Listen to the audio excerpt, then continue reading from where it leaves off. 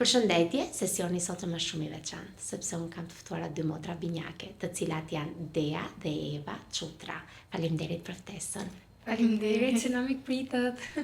Atëherë, ne sot do të flasim shumësisht. Unë jam shumë emocionuar që ju kam ju dy binjake, sepse në familjen time ne kemi dy vëllezër binjak. Dhe vajza ime nuk i ndan dot xhallarët e vet dhe kanë ato emocionet pozitive dhe të qenit binjak. Do doja të nisa konkretisht si e përshkruani veten me 3 fjalë secila prej jush. Eksplozive. E sinqert dhe kreative. Ndërsa unë do thoja e thjesht, mendoj që jam shumë besuese gjatë gjithë kohës kundrejt shumë gjërave dhe edhe bëm pak pishman ndonjëherë. Jam shumë pishmanie. Pra nëse ti e bën një veprim ti për atë veprimin që pastaj fillon dhe s'të pëlqen që pse e bëre dhe bëhesh pishmën. E kam këtë. E ke këtë gjë. Mendohet i si shumë lem këtu edhe thjesht e krijon atë. Po çfarë bën ti? Që ta ndihmosh pak motrën, se ti duhet ta ndihmojmë pak motrën tani të qesh ose këndojmë bashkë. Vetëm ashtu kënaqemi. Atëherë në këto raste ja merrni këngës. Po. Atëherë një talenti juaj është kënga, në mos gaboj. Cila është eksperjenca juaj në këtë fushë me pak fjalë, se do merremi me tematikën tjetër pastaj. Okej, tani kemi 7 vite studiojmë kanto, 6 vite, 7 vite që merremi me muzikë. Mendoj që janë 3 vite që janë shumë të rëndësishme që na kanë ngritur shumë si themi në detyrë dhe thjesht është jeta jonë me pak fjalë, është gjë më e bukur që kemi. Për sa i përket pjesës këngës, është një talent juaj. Po procesin mësimor, si e shikoni, si e ndjeni veten? Keni ndonjë gjë që ju pëlqen, ndonjë lëndë të caktuar? Po, atëre, do me thënë të jetë gjithmonë për ne mësimi ose arsimi ka qenë shumë i rëndësishëm. Ndaj kemi zgjedhur të shkojmë në një shkollë, në një gjimnaz me një profil jo profesional. Nuk kemi zgjedhur liceun artistik për shembull, sepse dëshironim që të kishim atë mundësinë që të sillnim te diçka tjetër përveç artit. Edhe kjo është diçka domethënë që normale një artist ka gjithmonë dëshirë që të anojë tek arti, që të ketë mundësinë edhe ta shpaloz veten aty, por ne kishim edhe këtë dëshirë shumë të madhe që thjesht domethënë arti është një pasion, po artësimi për ne ishte tepër i rëndësishëm, edhe për prindit tonë gjithashtu. Formimi i përgjithshëm është një armë e fuqishme në sukseset e jetës, përveç se talentit që ajo është diçka që ju mund ta investoni dhe pa u profilizuar në atë gjë. Për sa i përket të qenurit të rinj, cilat janë ato gjëra që e pengojnë rinin sot? Si e shikoni ju? Unë mendoj që është fakti që nuk fokusohen shumë tek formimi vetjak. Me thënë, gjithë kohës mundohen të kapim këto trendet e moshës, këto gjërat që krijojnë një përmbushje jo të gjithëkohshme. Kjo mendoj që është plaga më e madhe që kemi në shoqëri dhe më pas kur arrim në një moshë të caktuar, nuk jemi aq të formuar sa duhet të ishim. Sidomos unë njerë personalisht, ky është mendimi im, ndoshta jo i cilë, mendoj që... Tjetër, do flasim pa filtra këtu, do flasim për shefin tonë, sepse ky podcast ka vetëm një qëllim, të fuqizojmë të rinjt dhe t'i japim dhe ndonjë mesazh që e kanë harruar. Prandaj është kjo. Unë mendoj domethënë që vitet e gjimnazit, domethënë janë 3 vite, varet dikush ka 4, dikush ka 3, sipas normale ka edhe gjimnaze me profil profesional që nuk them domethënë që ato nuk kanë mundësinë për të pasur një formim të përgjithshëm sepse ekziston, por është pak më i anuar. Unë mendoj domethënë që janë vitet bazë të jetës. Aty ku formohesh, merr edukatën bazë, merr atë çfarë ty të duhet. Normale edhe marrëdhënia me njerëzit është e rëndësishme dhe aty në gjimnaz besoj se e mëson më shumë ti me të gjithë, domethënë, cili karakter nuk të pëlqen, ku është comfort zone jot, ku ndihesh ti komode, ku nuk ndihesh ti komode, normale cili profil shkencor, shoqëror, social të pëlqen, domethënë është një rrugtim, një rrugë që të çon drejt asaj, domethënë atij finalizimit të që ti e do, domethënë dhe formimit personal normal. E drejt, shumë e drejt. Të rinjt sot e duan arsimin? Apo duan vetëm notën? E duan, si themi, e duan vetëm notën. Kjo është pak si e sigurt, sepse sidomos rinia shqiptare ka diçka të keqe, të them unë, që gjithmonë anon tek gjatë që çfarë thon prindrit. Dhe gjithmonë mundohen të marrin atë notën e mirë për të kapur shkollën më të mirë. Nuk është se thjesht duan të dinë diçka për veten e tyre dhe të kapin një shkollë që, si themi, i përmbush ata vetë. Po, i bën ata dikush. Po, pikërisht, ata që atë duan. Është edhe fakti që ndoshta institucionet normale edhe ndoshta mënyra e arsimimit, përmbajtja e arsimit që ne kemi ndoshta nuk është aq gjithë përfshirë se për gjithë, pra mënyrat e mësimit, normale unë domethënë jam dakord që edhe mësuesit, po ka mësues domethënë që përdorin disa mënyra që më pëlqejnë, ka disa që përdorin disa mënyra që metoda e mësimdhënies. Po, normalisht unë jam do i ndjek ato, po jo gjithmonë janë i përshtaten asaj që unë kërkoj dhe mendoj domethënë që normali mësimdhënia duhet përshtatet edhe sipas brezit, se nuk dua edhe ta generalizoj këtë si gjë, po ne jemi një brez që ndoshta duam pak domethënë një mënyrë më të re dhe më risi tek arsimimi të paktën. Kjo është e drejtë, në fakt. Unë kam një eksperiencë timen, kur kam pas punuar, dhe kisha një klasë e cila nuk dëgjonte askush, dhe të gjithë qeshnin, ose bënin një rëmuj në mënyrë tillë që të humbiste fokusi. Dhe çfarë duhet të bëja, dhe unë krijova një rëmuj për t'i rënë atyre në sy, që të futesha brenda tyre.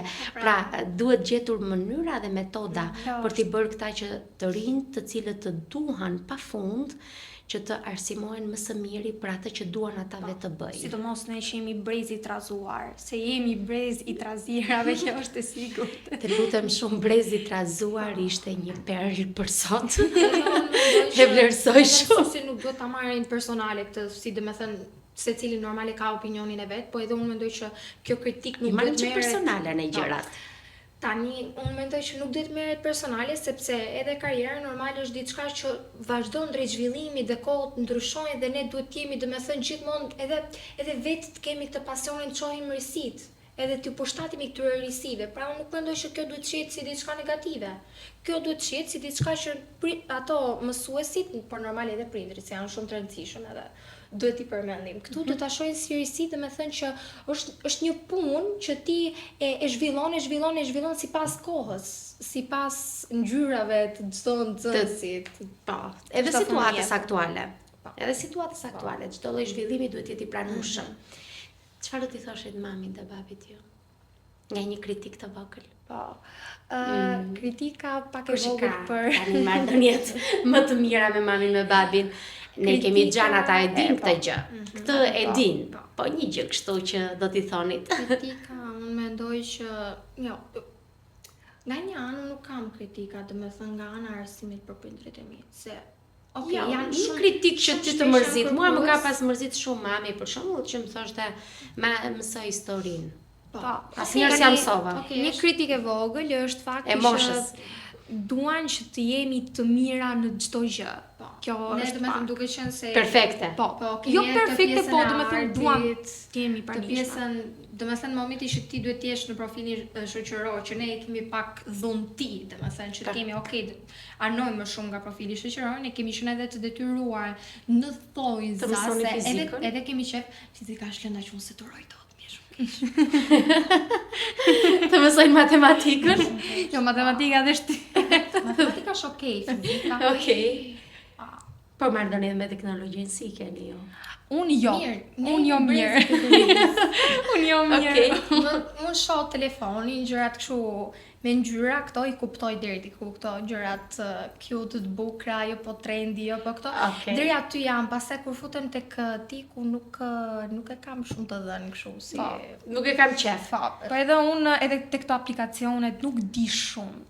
Sepse merrem me gjëra të thjeshta, nuk është se shkoj shumë, nuk futem shumë në thellësi të këtyre gjërave. Megjithatë, ju keni një gjë tjetër që edhe këta Ta dëgjojnë ata mësues në fakt që i kanë në lëndët të shkencore, gocat mos mi bezdisni shumë. Jo. Se i kemi edhe ju duan, jo, kjo është e gjitha, po ne ju thjesht e ka duam, problemin po. lënda. Ju lutem mos ta vazhdoni na bezdisni se ndryshe nuk mësojmë. Në, okay, kjo është e gjitha, se edhe ata e Unë kanë. mendoj personalisht, i kam thënë domethënë edhe njerëzve që kanë fëmijë domethënë të vegjël që vinë dhe fillon për ne them drejtën nga që në vështirë, se ne kemi mësuar gjuhën shqipe këtu edhe Do të dalim aty. Pak. ishte E të merë, po unë mendoj domethënë që edhe presioni është i rëndësishëm. Është i rëndësishëm përse unë flas presion të kaluar I psikologjik. shëndetshëm. Një presion i shëndetshëm, do të thënë që i rrin tek ato kornizat, por që është presion, sepse fëmia shumë shpesh ka edhe nevojë, sidomos brezion, siç e parrotullojmë gjithë bisedën tek brezion, tek gjenerata jonë. Kjo është Ne duam presion patjetër. Do të thënë është e rëndësishme. Është pa presionin nuk bëni. jo, sepse Nuk merrni fare komanda dhe sepse drejtim. Është thjesht është bota që ne thjesht jemi të rinj tani dhe na ka lejuar këtë kemi hyrë në një fazë që është e lirë të bësh gati çdo gjë. Po. E pa kontrolluar. Po, dhe kjo kemi është pak hyrë edhe në këtë toksike. pjesën, Është e rëndë. që njerëzit shumë shpesh nuk gjykojnë, nuk them të paragjykosh, se të paragjykosh është diçka e keqe, por njerëzit shumë shpesh nuk gjykojnë dhe nuk i vënë domethënë edhe disa ne këtu po flasim pa filtra, po duhet vënë ca filtra. Ca selektime. Limite, po, disa limite po, sepse pastaj çojmë në atë shoqërinë toksike. Që është shumë që është bërë pak e Është mërzitshme problematik, është aktualitet. për komunitetin ku jemi ne e të tjera. Për sa i përket traditës tuaj familjare, mund të më thoni ndonjë gjë tipike tuaje? Ne jemi nga Dibra. Që jeni Dibrane, që ke dera. Po dukemi neve që atje, Që atje, po. Okej. Jemi realisht jemi shumë të chillter.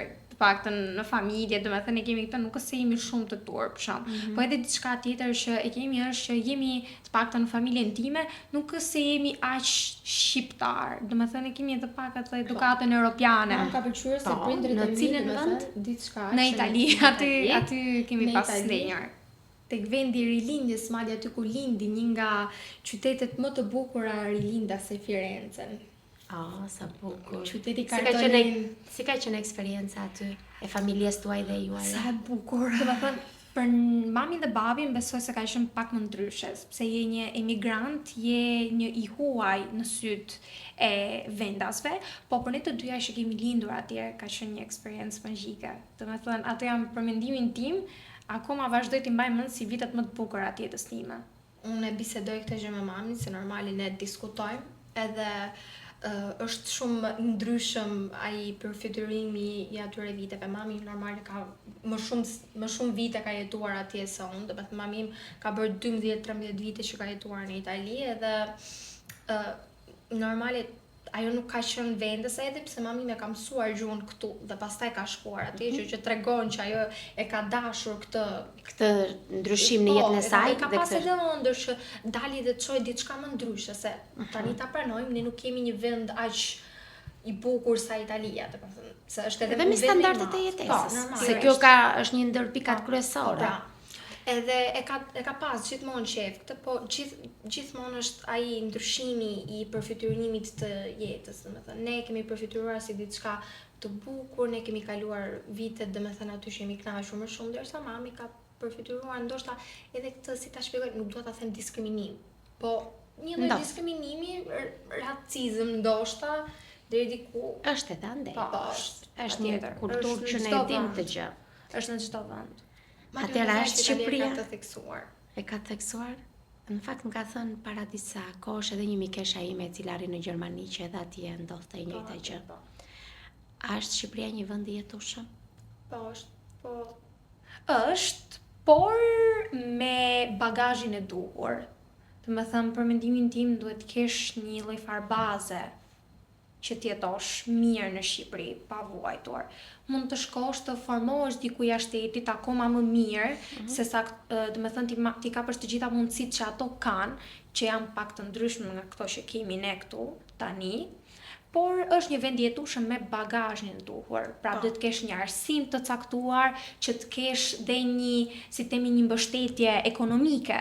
E drejtë. Po ku do ta bëni shkollën e lartë? tani me kismet, me ndihmën e Zotit, të prindërve dhe mundësive normalisht edhe ne kemi do mundohemi patjetër shumë, duam ta bëjmë në Itali. Po. Ju doni të riktheheni atje. Po. Edhe me shumë mundësi, nuk e dim, ndoshta mund ta ndrojmë, mund të ikim larg Firences, thjesht që të kemi pak atë eksperiencën pak më ndryshe, por që në ato rrethana besoj se do rim, sepse unë personalisht dua të shkoj ta bëj në Padova, ku është universiteti më i mirë, Si e drejt. i shuar Italisë. Po, është e drejtë kjo. Por që unë mund ta bëj ndoshta edhe master, nëse nuk bëj universitetin, por kjo është e ditur që unë do ikja atje të Universiteti juaj në cilën fushë do të jetë? Si e mendoni vetëm pas 5 vitesh? Varet. Do të thënë, Kjo fus pak në ëndra? Jo, këto ëndrat janë pak dhe makte, se ekziston ajo frika. Po neve pas disa vitesh do ta dëgjojmë këtë podcastin dhe do themi për çfarë kemi thënë, ne kemi realizuar apo jo. Do ta marrim si eksperiencë. Jo, do ta marrim si eksperiencë pozitive. Gjithçka në jetë është vetëm rrugtim pozitiv. Dhe në çdo eksperiencë tuajën merrini vetëm anën pozitive, jo atë anën negative. Këtë ja u sugjeroj nga eksperienca ime. Unë shpresoj që në 5 vite të paktën, domethënë nuk dua që ta lej këtë në gjithë rrugtimin tim, domethënë profesional, të kem edhe këtë pasionin tim të këngës. Domethënë nuk dua ta lej se kam edhe dëshirë që mami më ka shprehur gjithmonë. Dhe këtë desha të thoja që nuk e ceka më përpara që prindërit e mi kam dashur diçka tek ato sepse ma kanë dhënë atë mundësinë që unë të formohem tek ai pasioni im, tek ajo dëshirë që kam unë, edhe madje më kanë dhënë edhe mundësinë që dea mund të futesh në një shkollë artistike, dea, por nuk kam qenë e ngujuar të zgjedh arsimin. Unë personalisht do ta shija prapë te shkencat, sepse edhe pse ndoshta nuk është se i kam dhunti, janë fusha që më sfidojnë dhe më pëlqejnë ndonjëherë kur ndihem e sfiduar. Dhe mjekësia është ajo që mua më pëlqen më shumë. Është pjesa ose ndryshe stomatologe ose ortodonte, do të thënë tek pjesa e stomatologjisë, fushës mjekësisë. Po, te fushës mjekësisë dhe më pas edhe dermatologjia. Për mua është interesante do të ishte një mjek edhe të këndonte. Sepse do t'ja bënte, jo, do t'ja bënte jetën pacientëve shumë të bukur, sepse edhe me pak melodi do të ishte shumë interesante. Madje kujtoj me një mësuese që kam pasur unë, që kam qenë tek një qendër për artistike, ka thënë Eva këtë ëndrën e saj do bëjmë dermatologe dhe kjo i ka thënë shumë mirë, ka thënë mëngjes futesh në sallë operimi, ndark shkon me një lokale dhe ja fut një të këndume aty. Edhe do të ishte perlë. Ishte shumë e bukur ajo si do të ishte perlë, do të ishte një gjë që do të ishte shumë pozitive. Atëherë të flasim pak, të gjykojmë pak në mbi sistemet, si mendoni ju, të vëmë ndonjë notë. Çfarë note i vendos sistemit arsimor Dea? 6.5. Bo, nuk e rumbulla kosi fare. Unë 7. Ta rumbulla kos, po. Po, bukur, shumë mirë. Mirë që ngjë në matematikë se u bë më rumbullakimi. Okej, po sistemin shëndetësor gocat. Këtu më keq. Për mendimin tim më keq. Mund të jemi tek 4. Engelët? 4 nga 10. Po. Engelën fare. Se kështu kemi sistemin Më vjen keq. Keni eksperiencë jo pozitive? Po, kemi shumë eksperiencë jo pozitive. Sepse një nga ato do ishte domethënë që e kemi vuajtur vetë në lëkurën na usmur mami. Po. Edhe domethënë dua të them për sistemet që nuk janë jo vetëm për mjekët ose për madje e gjithë gjëja. Unë nuk po ndoshta nuk janë të pranishëm. Madje unë do thoja domethënë nëse unë kritikova deri tani të rinjt, do thoja tek sistemi i shëndetësisë të rinjt kanë qenë ato që kanë qenë fryma të ndihmojnë domethënë. Ka qenë pozitiv. Po, ka qenë pozitiv. Do të ti shije mjekët e vjetër, rrinin aty, dilnin për jashtë dhe pinin ndonjë cigare, dinin kështu ndërsa po flas për një praktikante në vit të dytë duke të masterit që kishte ardhur në mëngjes për një si tip mbledhje që kishin për të marrë disa leksione dhe kishte përfunduar aty duke ndihmuar pacient. Këtë madje nuk ka qenë kur është smur mami, por kur është smur Eva, ka rënë një tensioni dhe është një shumë keq. Dhe ajo vajzë me aq zell e ka ndihmuar Evën, ndërkohë që mjekët e tjerë kishin dalë jashtë dhe po pushonin. Dhe ajo që ishte praktikante nuk e ka pas detyrë fare që të jetë Ishte thjesht vëzhguesa aty, nuk e ka pas fare. Madje në fushën e kardiologjisë që nuk se ka lidhje me të qenit mjek i përgjithshëm. Atëherë të përshëndesim pak ata mjekët e rinj dhe i duam fort. Se duhet të them një gjë pozitive që i duam fort që të sepse kjo është vazhdimësia.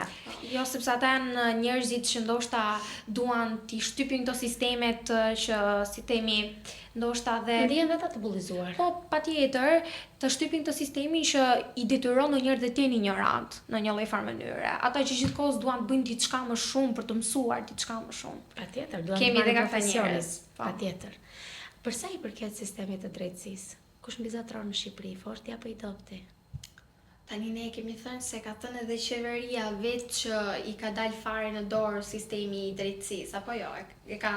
Qeveria e ka pranuar, domethënë partia e qeverisë që i ka dalë fare jashtë Ka sistemit. ikur. Po. Ka ikur fare. Po, kjo tregon që gjyqtarët nuk normalisht ai që ka më shumë lek mbizotron. Kjo nuk është problem vetëm tek ne. Kjo ka qenë gjithmonë aktualitet në të gjithë botën. Që e drejtë. ai me shumë lek, domethënë bëjnë këto lobingje të gjërat që ekzistojnë jo vetëm në botën e politikës, por edhe në botën. Po, edhe ne nga ata Po, normale. sa na u hapën që rrugët kemi mësuar pak më shumë se kemi qenë komunizëm. Por që jo, nuk është edhe ky merr notën 3 nga 10. Te As 4. Okej. Mi fjalë ulin fare Po, këtë këtë që ulin fare sepse mbizotëron korrupsionin. Kjo është. Madje edhe Në të gjitha dikasteret. Ne kemi edhe këtë. si e shikoni? Në shumicën. Në qoftë se nuk mbizotëron në një vend, është vetëm për ndoshta mirësinë e dikujt që është në atë Po ne situatë. kemi për shembull që nuk flasim vetëm për ato organet ose flasim për shembull për punonjësit, avokatët e familjes, avokatët e popullit. Ne flasim edhe për legjislacionin, sepse ka avokat për shembull, janë avokatët e popullit që duan të bëjnë diçka më shumë, por ndoshta legjislacioni nuk është aq i drejtë, nuk është aq i mirë për punuar. Pra duhet riformuar e duhet riparë. Plus janë dhe disa rregulla të shkruara që nuk zbatohen. Kjo është Kjo është akoma. Rregullat janë. Po Ka të shohësh disa. rregullat janë. Po për Thjesht letra nuk zbatimi i bëjmë, tyre, kemi me Ne jemi shumicë rebel. ato. Jemi po, ato i kemi të zgjeruara mirë. Për sa i përket medias, si ju duket juve? Media Po, është ne shqiptarët jemi thashë telegji. Okej. Po ku i bëjmë këto thashë themet? Se ku i bëjmë në rrjetet sociale, si Po kemi ja, këtë në punë? rrjetet sociale u hap ti për shembull tema ishte Big Brother. Ishte aktualiteti tani ka shpërthyer Big Brother Albania. Dhe të gjithë ekspert aty. Po, dhe ndodhi ajo, jo po dua ta takoj babin, jo po s'dua, dolën pastaj avokat, gjyqtar, kemi hyrë në gjyq, kemi marrë këtë. Ajo gjë është diskutuar më përpara, është mbyllur dhe prap u hap prej mediave dhe hapet dalin njerëz kërkojnë vëmendje. Por E që marrin të është pamerituar ndonjëherë Unë vëmendjen. personalisht nuk jam dakord, se ka raste për shembull që edhe unë e gjej veten duke qeshur ose duke bërë diçka që ndoshta tani nuk e di situatën e personit dhe nuk është e drejtë që thjesht ta gjykoj ashtu siç më vjen mua në media. Siç Po. është. Mendimi jot për median? unë mendoj që është shumë e përhapur, më shumë se sa ç'duhet. Unë këtë nuk e mendoj vetëm për në Shqipëri, unë e mendoj në të gjithë botën. Do të thënë, unë jam një person që thjesht dua t'i rikthehem asaj kohës së vjetër. Nuk më pëlqen as inteligjenca artificiale, as edhe pse ndonjëherë më ndihmon, por thjesht për mua është më mirë që të kthehemi në atë kohën e vjetër, ku edhe gjërat e vogla kishin rëndësi. Pra, të shijojmë edhe pak gjëra dhe të shijojmë jetën Të e shijojmë ato familjet pak tonë. gjëra dhe ato gjërat reale, ato gjëra që i shohim Të prekshmet. dot, prekshmet që i shohim dot me sy, që i dim. Po ta shohësh një javë, domethënë këtu fillon edhe mendoj që ai rrjetet sociale, kanë bërë diçka të saktë që i kanë dhënë pesh fjalës ka raste edhe të duhur, domethënë fjalës që vërtet duhet të ketë zë, por kanë shumë shpesh i kanë dhënë zë të personave që nuk meritojnë. Po ta shohësh domethënë merret diçka një fjalë dhe smadhohet, sidomos unë nuk jam fare dakord bisedime, domethënë të bëj një bashkë bisedim edhe me një shok, edhe sikur me motrën time në telefon, sepse ti flet në WhatsApp, sidomos kur ke për shembull një konflikt, edhe duke shkruar me shoqen tënde, ti nuk e kupton se çfarë ka dashur të thojë ajo dhe çfarë ke dashur të thuash ti. Gjua e shkruar. Po, është më mirë që thjesht ta kesh përballë atë dhe thjesht t'i jepni intonacionin të duhur fjalisë, edhe thjesht të kuptoheni bashkë se çfarë do. Është e drejtë sepse gjua e shkruar, ngelet e shkruar edhe e pakuptueshme, ndërsa kur tjetrin e ke përballë është futet dhe gjua e trupit e quajmë. Edhe gjua e trupit normalisht i jep edhe atë disfaksionin që shikon është i mërzitur, s'është i mërzitur, si e përjetoi fjalën që i the, dhe kjo ka një impakt shumë të fortë. Ne kemi parë merret një fjalë, smadhohet, fillojnë edhe ndodhen edhe fatalitete pastaj që janë shumë ato. Që ku kalojnë, deri ku arrin në rinia pas këtyre. Në vrasje, në konflikte në vdekje, ne kemi parë, po. Në konflikte, çfarë do i thoshit shoqeve tuaja, gocave? Unë personalisht shoqet e kam shumë qeta. Po, në shoqet e kemi shumë të mira, por jo, çfarë do t'i thoshit një gjë që i mungon, ose që duhet ta kenë ato parasysh te vetja, se mos kenë impakt nga mediat. Në këtë kënd është drejt. Gocat unë njëherë them drejtën, nuk jam i kam shumë inat vajzat që thjesht mundohen edhe kapen kot tek kam shumë kritika për vajzat. Thjesht nuk dua që thjesht të zihen me njëra tjetrën. Unë kur femrat zihen unë urrej. Madje ato do të thënë që pikërisht maskilizmi mbizotron në botë sepse ato janë njerëz shumë meshkujt, janë më të lidhur, domethënë, dhe më aleat me njëri tjetrin se sa ne. Ne jemi gjithmonë domethënë të kërkojmë që të jemi armike me njëra tjetrën. Unë nuk jam dakord me këtë. Po, unë thjesht dua gjithmonë që të shoh çdo vajzë mirë. Edhe nëse ajo mua nuk është se më ka aq shumë qef, po edhe kur bëhet fjalë për tek shoqet e mia, që është diçka që mungon, është thjesht që ta njohin veten dhe të jenë më të sigurta. Edhe unë këtë mendim kam për gratë dhe për vajzat. Dhe unë nuk dua asnjëherë ta sulmoj një vajzë apo një grua tjetër, por shpesh më ka ndodhur që më kanë sulmuar gra dhe vajza dhe kjo s'është e ndershme, por është gjithmonë në përgjegjësinë e secilit individ për veten dhe çfarë pritshmërish ka. Janë të pasigurta dhe ndonjëherë këtë kemi edhe ne si goca të reja që nuk formojmë veten dhe mbizotëroni ignoranca tek ne. Që do të thotë edhe rrjetet sociale na kanë dhënë domethënë një tablon, një gjë që është mund të jetë edhe jo ose po ose jo reale domethënë, edhe na kanë dhënë që këtë duhet të ndjekim, një trup perfekt, një fytyrë perfekte, flok perfekt, një folur e duhur, fjali të zgjedhura, të mësuara përmendesh nga çati. Po edhe këto fjalitë e zgjedhura varet në bazë të shoqërisë. Fatkeqësisht të fjalitë e zgjedhura ne i kemi negative. Kjo është, të mbizotërojnë në shoqërinë tonë. Prandaj unë thash është prania e ignorancës. Si është parë një suksesi juaj nga shoqëria, nga moshatarët, bashkëmoshatarët tuaj? Po, atëherë nga shoqëria, ne siç thami kemi shoqet shumë të mira dhe jo, e flasim në të përgjithshme. Nuk po marrim vetëm ata të ngushtë, ata i përshëndesim, i kemi gjanë, por po flasim në të përgjithshme si është parë. Po, ndonjëherë nuk shihet si gjë e vërtetë. Domethënë, shihet si diçka që nuk e ke marrë me merit. E ke marrë me diçka tjetër, mund kesh pasur një lidhje që ty ndoshta nuk të ka hyrë fare në atë mes, por thjesht në sytë e tyre të penalizon, si të themi, dhe ti e ke marrë atë. Janë paragjykus. Po, janë paragjykus. Ndaj suksesit të tjetrit janë paragjykus. Po, patjetër. Unë mendoj që suksesi i tjetrit asnjëherë nuk e zbej suksesin tënd. Unë për veten time s'kam qenë asnjëherë xheloze.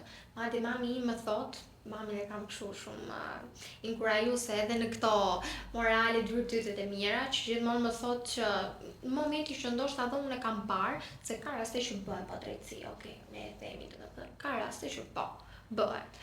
Dhe kur e kam parë një padrejtësi ose kështu mami im ka qenë e parë që më ka stopuar prit fakti që ndoshta mendimi jot, opinioni jot ishte sikur ndoshta një person nuk e meritonte. Ktu mund të flasim për ato kontestet, festivalet, pjesët që unë kam marrë, domethënë që normale ka konkurrim. Sfidat që ke kaluar, sfidat janë shumë të forta këto gjëra, mesazhe shumë forta. Se ky është opinioni jot, po nuk do të thotë që është fakt. Dhe çdo njeri ka opinionin e tij dhe ky nuk do të thotë që fakti që ajo sot fitoi, ti nuk ishe më e mirë se ajo ose e mirë se ajo. Në fakt ka disa gjëra që sfidat të mësojnë, të japin mesazhe të forta.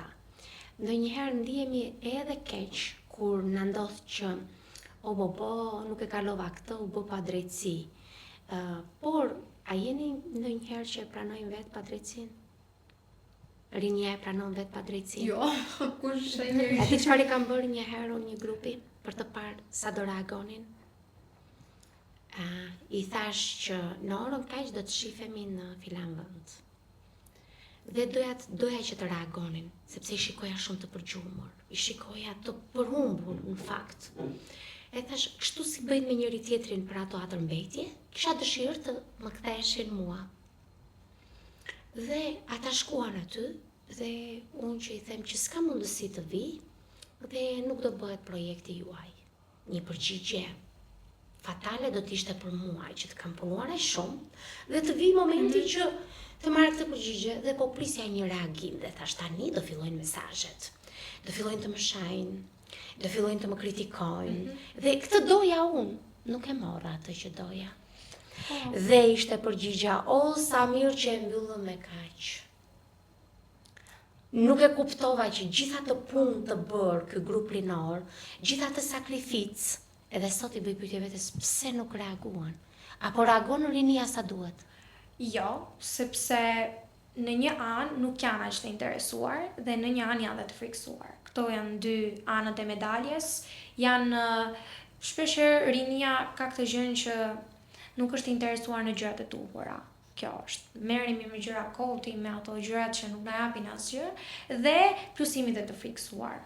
Kemi ardhur në një moment që jemi të rrezikuar nga të katërta anët. Po, plus unë mendoj që në Shqipëri nuk po jepet rëndësia e duhur rinis.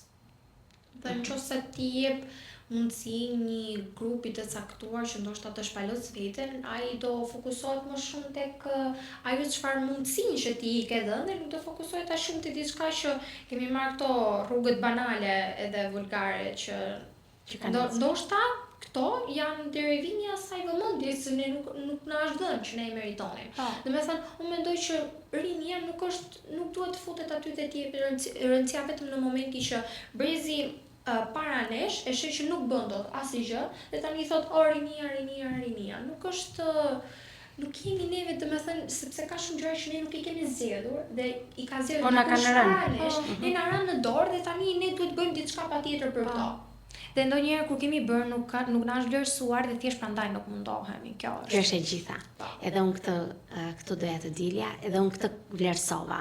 Dhe pyetja ime ishte prap në luftë duke i thënë, po si ka mundësi që asnjë nga ju nuk reagon ndaj kësaj gjëje që ju bëra, ja u kam bërë me vetdije, prandaj do mblidhemi në datën 18 ora kaq.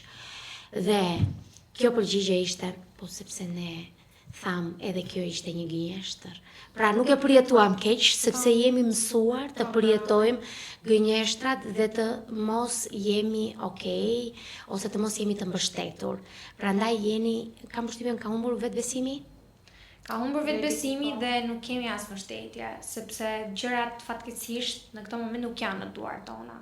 E drejtë. Po sikur të mbështesim njëri tjetrin më shumë? Po, kjo do ishte ëndër. Po brezi para nesh ka mendojnë që ka të stafetën dhe ka superfuqi kundrejt çdo gjëje.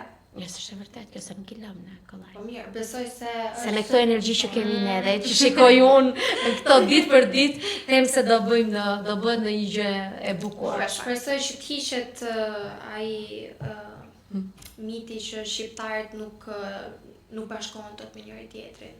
Shpresoj kjo është mendësi e rrënjosur. Po, është, po, edhe ekziston tani. Edhe ekziston, do ta pranojmë edhe pak. Po mirë, e pranojmë si mendësi, por nuk e zbatojmë. Po. Do të ishte diçka e bukur dhe jashtë. Ëndër, siç e tham, nuk e di me realizohet, ajo është diçka që një mesazh secila prej jush që do t'i jepte rinisë shqiptare dhe kujdo që kontribon edhe investon mbi rinin. Çfarë do të shkruani ti? Do falenderoj shumë ato që investojnë edhe kontribojnë për rinin. Investimi juaj normali që nuk besoj se shkon dëm. Kjo është e sigurt, domethënë. Thjesht normal investimet, çdo biznesmen i zgjuar, një person që din të investon aty ku duhet. Unë do jepja rinisë mesazh që vetëm luftoni me pasion për gjën që ju doni, ndoshta edhe për diçka që ju duket si sfidë e parealizuar, por besoj që me zell dhe me punë do realizoni. Unë dua të jepja një mesazh rinisë që për mua shumë i rëndësishëm, është që ju jeni gjithçka juaja. Domethënë, si temi personaliteti juaj, formimi juaj, jeta juaj duhet rrotullohet 95% rreth vetes. Më pas, kohat do të vijë dhe mund ta shtrini këtë, si temi, të dashurinë që e kishit për veten dhe të tjerët. Po faleminderit shumë. Ishit të shkëlqyera Shumë dhe faleminderit. më bë të ndihem shumë energjike sot dhe e motivuar për të bërë projekte sa më të bukura për rinin shqiptare. Shumë faleminderit. Faleminderit. Ciao.